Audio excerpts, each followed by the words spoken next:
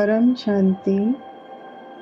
आज बापूजी ने अपने विशेष संदेश में बच्चों से कहा कि बच्चे, जब तुम यहाँ अपना 100% अटेंशन दे उमंग उत्साह में रहकर आगे से आगे बढ़ते हो, अर्थात हर तरह के पेपर इजीली क्रॉस करते हो, अर्थात उसमें अपनी मन बुद्धि ना लगाकर बाप को समर्पण हो जाते हो, तो तुम्हारे संपन्न स्वरूप की स्पीड तीव्र हो जाती है, जिससे बहुत जल्द ही बेहद की सेवा का कार्य फिनिश हो जाएगा। बापूजी ने कहा कि जब हम यहाँ, मतलब स्थूल दुनिया की बात की, स्थूल दुनिया में अगर आत्माएं अपने साकार शरीर के द्वारा, अपनी मन बुद्धि के द्वारा, अपनी समर्पण बुद्धि के द्वारा रेडी हैं, हमेशा हर पेपर को इजीली क्रॉस कर रही हैं, तो ऊपर जो हमारे संपन्न स्वरूप हैं, जो हमारे आकारी रूप हैं, जो बाप के रूप में हैं, यहाँ की तैयारी है तो ऊपर हमारे संपन्न स्वरूप की स्पीड तीव्र हो जाती है। ये बहुत गहरी और रहस्यमय बात है जो हमें समझ में आनी चाहिए। बापूजी ने बताया है अपने कई वीडियोस में कि तुम्हारे जो संपन्न स्वरूप है, जो तुम्हारा आकारी रूप है, वो अपने साकार रूप को ढूंढ रहा है। मेरा कौन सा, मेरा कौन सा, मेरा कौन सा, मेरा साकार रूप कौन सा, कई बार बापूजी ने बताया है। उस साकार की तैयारी से क्या होगा कि जो हमारा ऊपर वाला संपन्न स्वरूप है, आकारी स्वरूप है, इसकी स्पीड तीव्र हो जाएगी, जिसके कारण बहुत जल्द ही सेवा का कार्य फिनिश हो जाएगा। अब बहुत जल्द सेवा का कार्य फिनिश कैसे होगा? जब मेरा संपन्न स्वरूप, मेरा आकारी रूप, मेरा बाप का रूप, वो भी बाप के ही रूप में है और मैं साकार भी बाप के ही रूप में, तो हम दोनों ही बाप के रूप में, जैसे ही ये हमारा एक कोड है बाप का रूप, जैसे ही मेरा संपन्न स्वरूप मुझे धारण कर लेगा, तो तुरंत ही बॉडी, 5 तत्वों का जो शरीर है, वो तत्व जो है वो कन्वर्ट हो जाएंगे और विश्व परिवर्तन की स्पीड, तीव्रता से विश्व परिवर्तन हो जाएगा। आगे बोला बापूजी ने, और इस समय तो बाप का भी एक ही लक्ष्य है। देखिए, जो लक्ष्य बच्चों का, वही लक्ष्य बाप का भी है कि बच्चे भी बाप समान बनकर बाप के कार्य को संपन्न करें। अर्थात बाप चाहते हैं कि जो बच्चे बाप समान बन चुके हैं, उन बाप समान बच्चों को बाप की पोस्ट पर बिठाकर कार्य को संपन्न करें। हमें एक ही लक्ष्य दिया है ना, बच्चे बाप समान बने। बाप समान मतलब निरंतर बाप का एक रूप हूँ। मैं आत्मा, मैं मतलब कितना विशाल, कितना बेहद। तो ये आगे बापूजी ने बोला है कि जो बाप समान बच्चे हैं, वो बाप की पोस्ट पर उनको बिठाकर कार्य को संपन्न करना चाहते हैं। बस बच्चे, आप भी इसी तरह उमंग उत्साह में रहकर तीव्र गति से आगे बढ़ो। बाप जानता है कि विजय मेरे इन बच्चों की ही होगी। किन बच्चों की? जो बच्चे बाप के कार्य में निरंतर रात दिन लगे हुए हैं।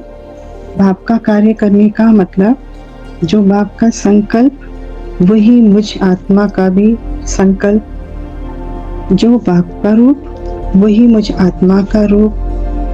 जो बाप का परिवार, बेहद का अमर परिवार, वही मुझ आत्मा का भी बेहद का अमर परिवार।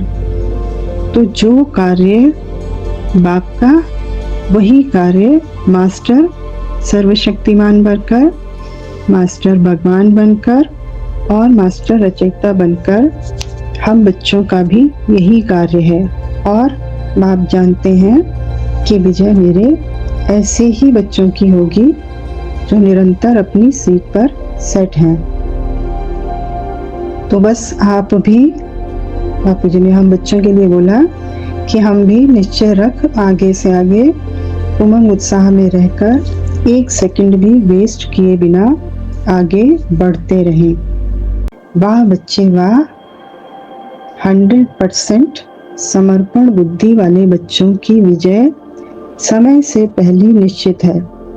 देखिए, वाणियों में बोला गया है कि अगर तुम अपने आप को नहीं बदलोगे तो समय तुम्हें बदल देगा। तो बापूजी हमें क्या संदेश दे रहे हैं कि मेरे वाह वाह बच्चे जो हैं वो समय से पहले तैयार होने वाले बच्चे हैं। यानी हमें समय नहीं तैयार करेगा, हम समय को तैयार करेंगे, हम समय को आगे खींच कर लाएंगे।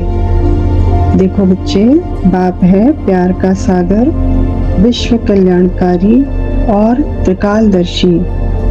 उसे तो आत्माओं को जब वो प्रकृति माया या स्वभाव संस्कारवश ऐसा कोई कार्य करती हैं जो उन्हें नहीं करना चाहिए, ये आत्माओं की बात हो रही है, तो बाप को उनके प्रति बहुत प्रेम आता है कि यह आत्मा क्या कर रही है, व्यर्थ ही अपना हिसाब किताब बना रही है। बापूजी कहते हैं कि आगे नए हिसाब किताब बनाना बंद करो। ये बापूजी ने हमको स्ट्रिक्टली बोला है। तो जब ऐसी अवस्था में बापूजी हमें देखते हैं तो उन्हें बहुत रहम आता है, बहुत प्रेम आता है ऐसी आत्माओं पर, और वो ऐसा संकल्प भी आता है कि ये आत्मा व्यर्थ ही अपना हिसाब किताब बना रही है। व्यर्थ ही हिसाब किताब बन रहा है मतलब आत्मा भारी हो रही है, भारी हो रही है तो फरिश्ता स्वरूप बन नहीं पाएगी, उड़ नहीं पाएगी, बाप का रूप धारण कर नहीं पाएगी, अपनी सीट पर सेट हो नहीं पाएगी। क्यों? हिसाब किताब का, कर्म बंधन का बोझ भारी है। इसलिए बापूजी रहम करते हैं, प्रेम करते हैं ऐसी आत्माओं से। और फिर बाप तो विश्व कल्याणकारी हैं, तो वो तो उन आत्माओं के प्रति और ही कल्याण की भावना रखते हैं। फिर बापूजी ने कहा कि बच्चे, बाप कभी भी किसी भी आत्मा को सजा नहीं दे सकता। हर आत्मा अंत में अपने किए गए कर्म के अकॉर्डिंग ही अपनी सजा फिक्स करती है। कितनी वंडरफुल बात बापूजी ने बोली। हमारा ही किया गया कर्म हमारी सजा को फिक्स करता है। बाप कभी किसी भी आत्मा को सजा देने के निमित्त नहीं बनते हैं, परंतु आपकी और मेरी शुभ भावना और शुभ कामना उन आत्माओं को इतनी शक्ति देती है कि वो सहज रीति अपने कर्मों के बंधन से मुक्त होकर घर जाते हैं। घर मतलब अपने परम धाम जाते हैं। जाना है हमें अपने परम धाम। तो सबका अपना अपना परम धाम है ना। शिव का भी परम धाम है, महाशिव का भी परम धाम है, परम महाशिव का भी परम धाम है, परम महाशिव का भी परम धाम है, और बेहद के बच्चों का भी बेहद का परम धाम है। इसलिए बच्चे, अब तो हम बच्चों को भी हर हाल में हर आत्मा के प्रति शुभ भावना, शुभकामना रखनी है, क्योंकि हम ही तो बाप समान बच्चे हैं।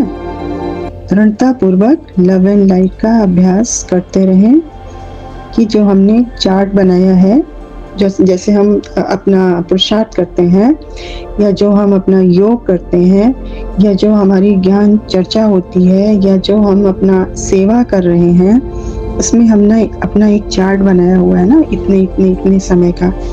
बापूजी ने कहा है, पहले तो 8-8 घंटे की बात की थी, लेकिन अभी तो हमारा निरंतर अभ्यास चलते रहना चाहिए।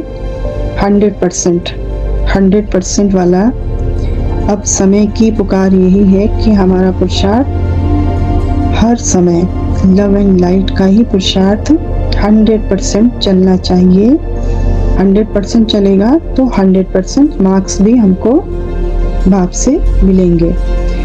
तो क्या होगा, हम 100% मार्क्स लेंगे बाप से, तो जल्दी से जल्दी बाप समान स्थिति में स्थित होकर बाप के साथ विश्व परिवर्तन के कार्य को संपन्न कर सकेंगे, संपूर्ण कर सकेंगे, समाप्ति कर सकेंगे। अच्छा, परम शांति।